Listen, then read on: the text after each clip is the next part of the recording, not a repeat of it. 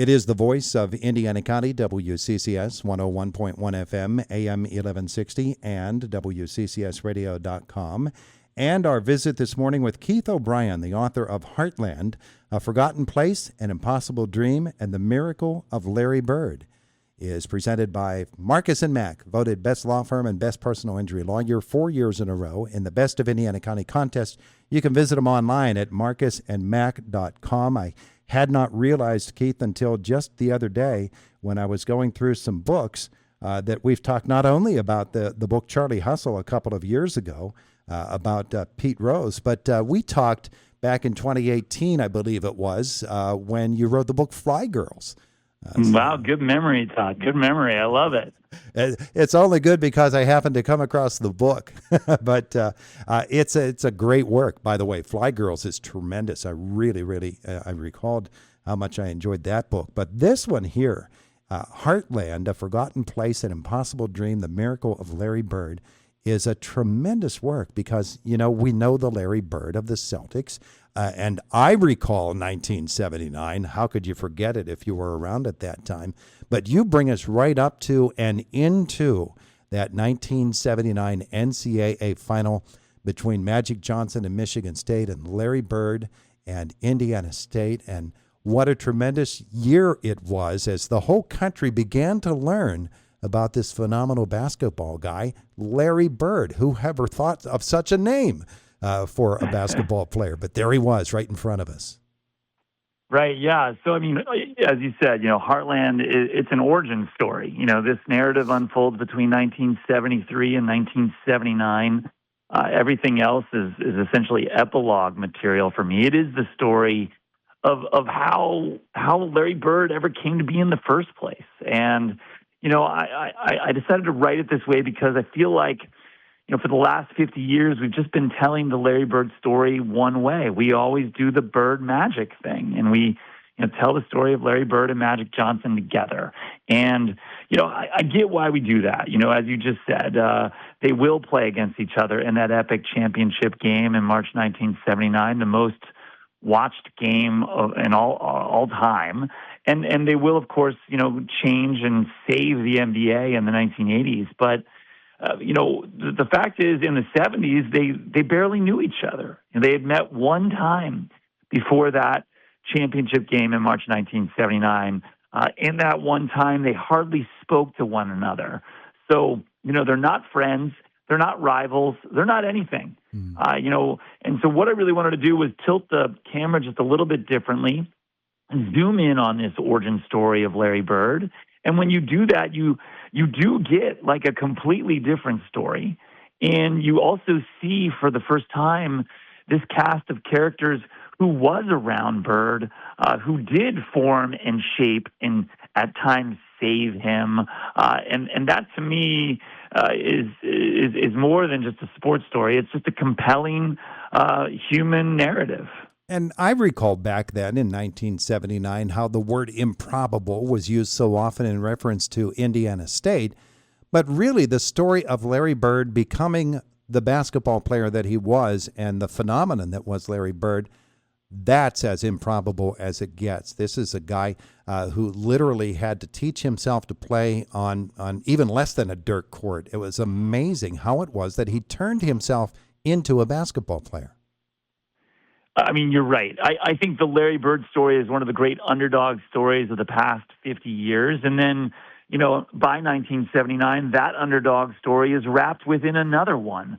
You know, this story of Indiana State coming out of nowhere. You know, in the 70s when Bird is growing up in French Lick and West Baden Springs, Indiana, he does live in both towns. You know, those towns are in one of the poorest counties in the state. It's a really hard time to grow up there in rural Indiana. Larry's family faces a lot of adversity. His father, in particular, struggles to hold down a job, struggles with drinking, struggles with personal problems that will ultimately, you know, end in tragedy. And, you know, for all of these reasons, you know, Bird is not dreaming in the 70s of playing college basketball. He's not dreaming in the 70s of of playing in the NBA. Larry just wants to maybe be as good as his older brother Mark. And Mark was 2 years older than Larry and was known in West Baden and French Lick as the best shooter that folks had ever seen from 15 foot and in.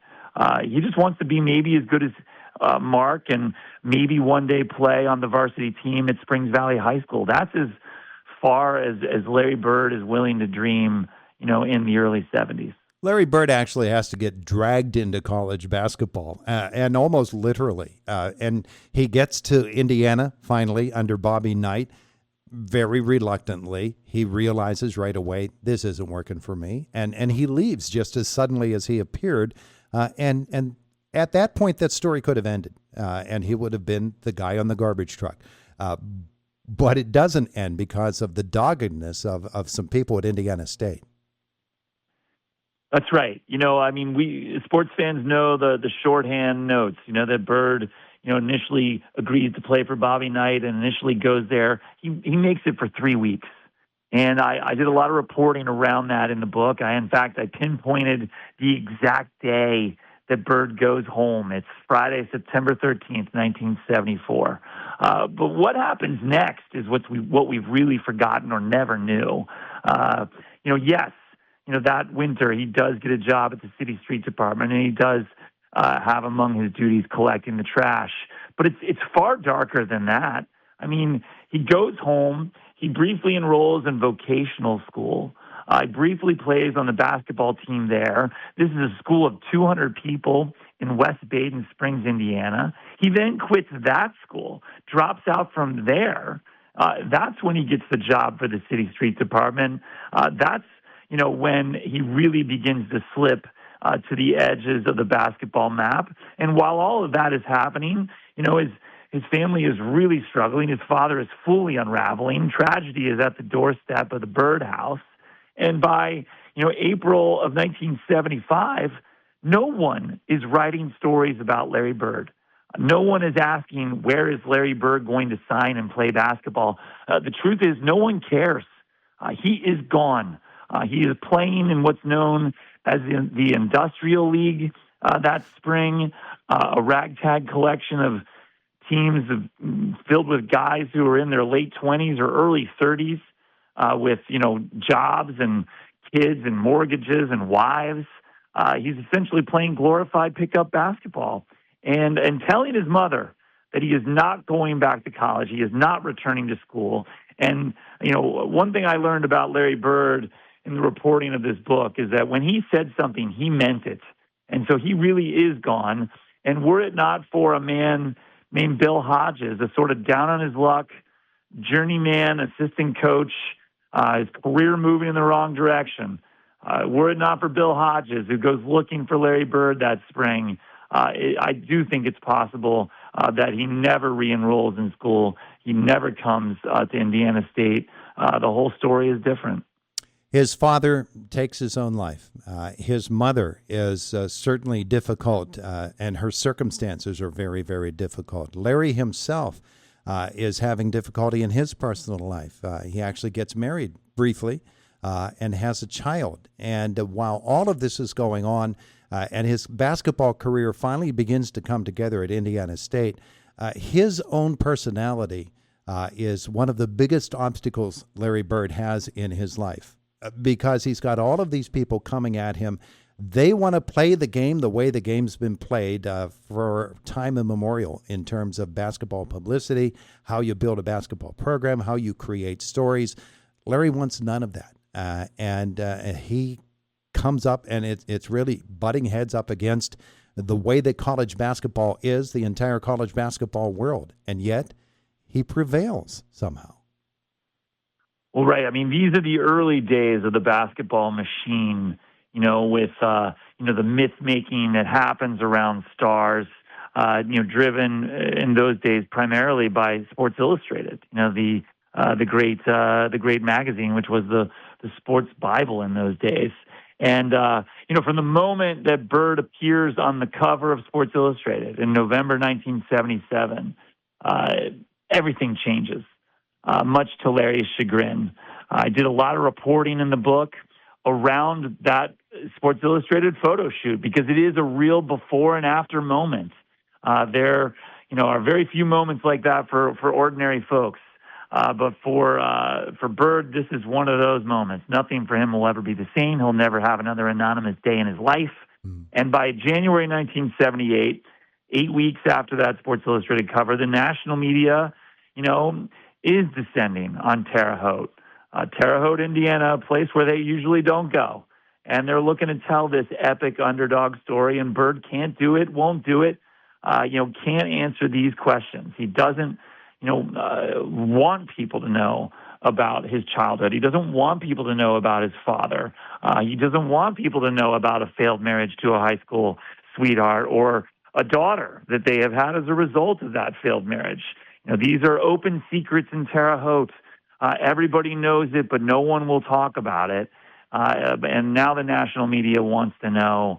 And really, in a lot of ways, Larry Bird will be at war, with the national media for the last year and a half of his college career. Yeah, it's amazing. I remember the day that Sports Illustrated arrived in my mail and looked at it. Later found out that the two cheerleaders that were on the cover, one of them ended up becoming Mrs. Tunch Ilkin. Of course, he was at Indiana State as a football player, came to be a great Pittsburgh Steeler.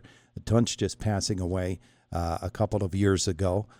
From Lou Gehrig's disease. His wife, who was one of those cheerleaders, I believe she passed away from breast cancer. All of the different webs that are woven throughout this, and in the end, you come up with this lovely book. It really is a beautifully written book. Heartland-A Forgotten Place, An Impossible Dream, and the Miracle of Larry Bird. Keith, I'm sure that you're getting all kinds of reaction from all kinds of people about this. Has Larry responded at all to any of this? Great question. I have not heard from Larry or his people, but I have heard from many others. In fact, at the launch of the book 2.5 weeks ago, we did it in Terre Haute. We did it at the convention center, about 100 meters from the arena where Larry Bird became a star. And, for that launch, 9 members of the 1979 Miracle Indiana State team, along with the head coach of that team, Bill Hodges, the man who finds Larry Bird and French Lick, convinces him to come back to college, came out that night, sat on a stage with me, talking about this moment. And, this book is bigger than Larry Bird. It is the story of a team, a time, a town, a moment. And, I think we forget how big that moment was. We know that Bird and Magic play against each other in the most watched game of all time, 50 million people tuning in late March 1979. But the moment is so big that it really does pick up all of them. Bill Hodges, Larry's teammates, all of them. And it propels them to places they never would have gone otherwise. And that, to me, is some of the most powerful stuff in the book, how one moment in time really can last forever, really can change everything. It really is so beautifully written, and the basketball action, you narrate the basketball action so well, but the story overall is just compelling. It's called Heartland-A Forgotten Place, An Impossible Dream, and the Miracle of Larry Bird. Keith O'Brien with us this morning on Indiana in the Morning. Keith, thanks so much. I appreciate your time very, very much.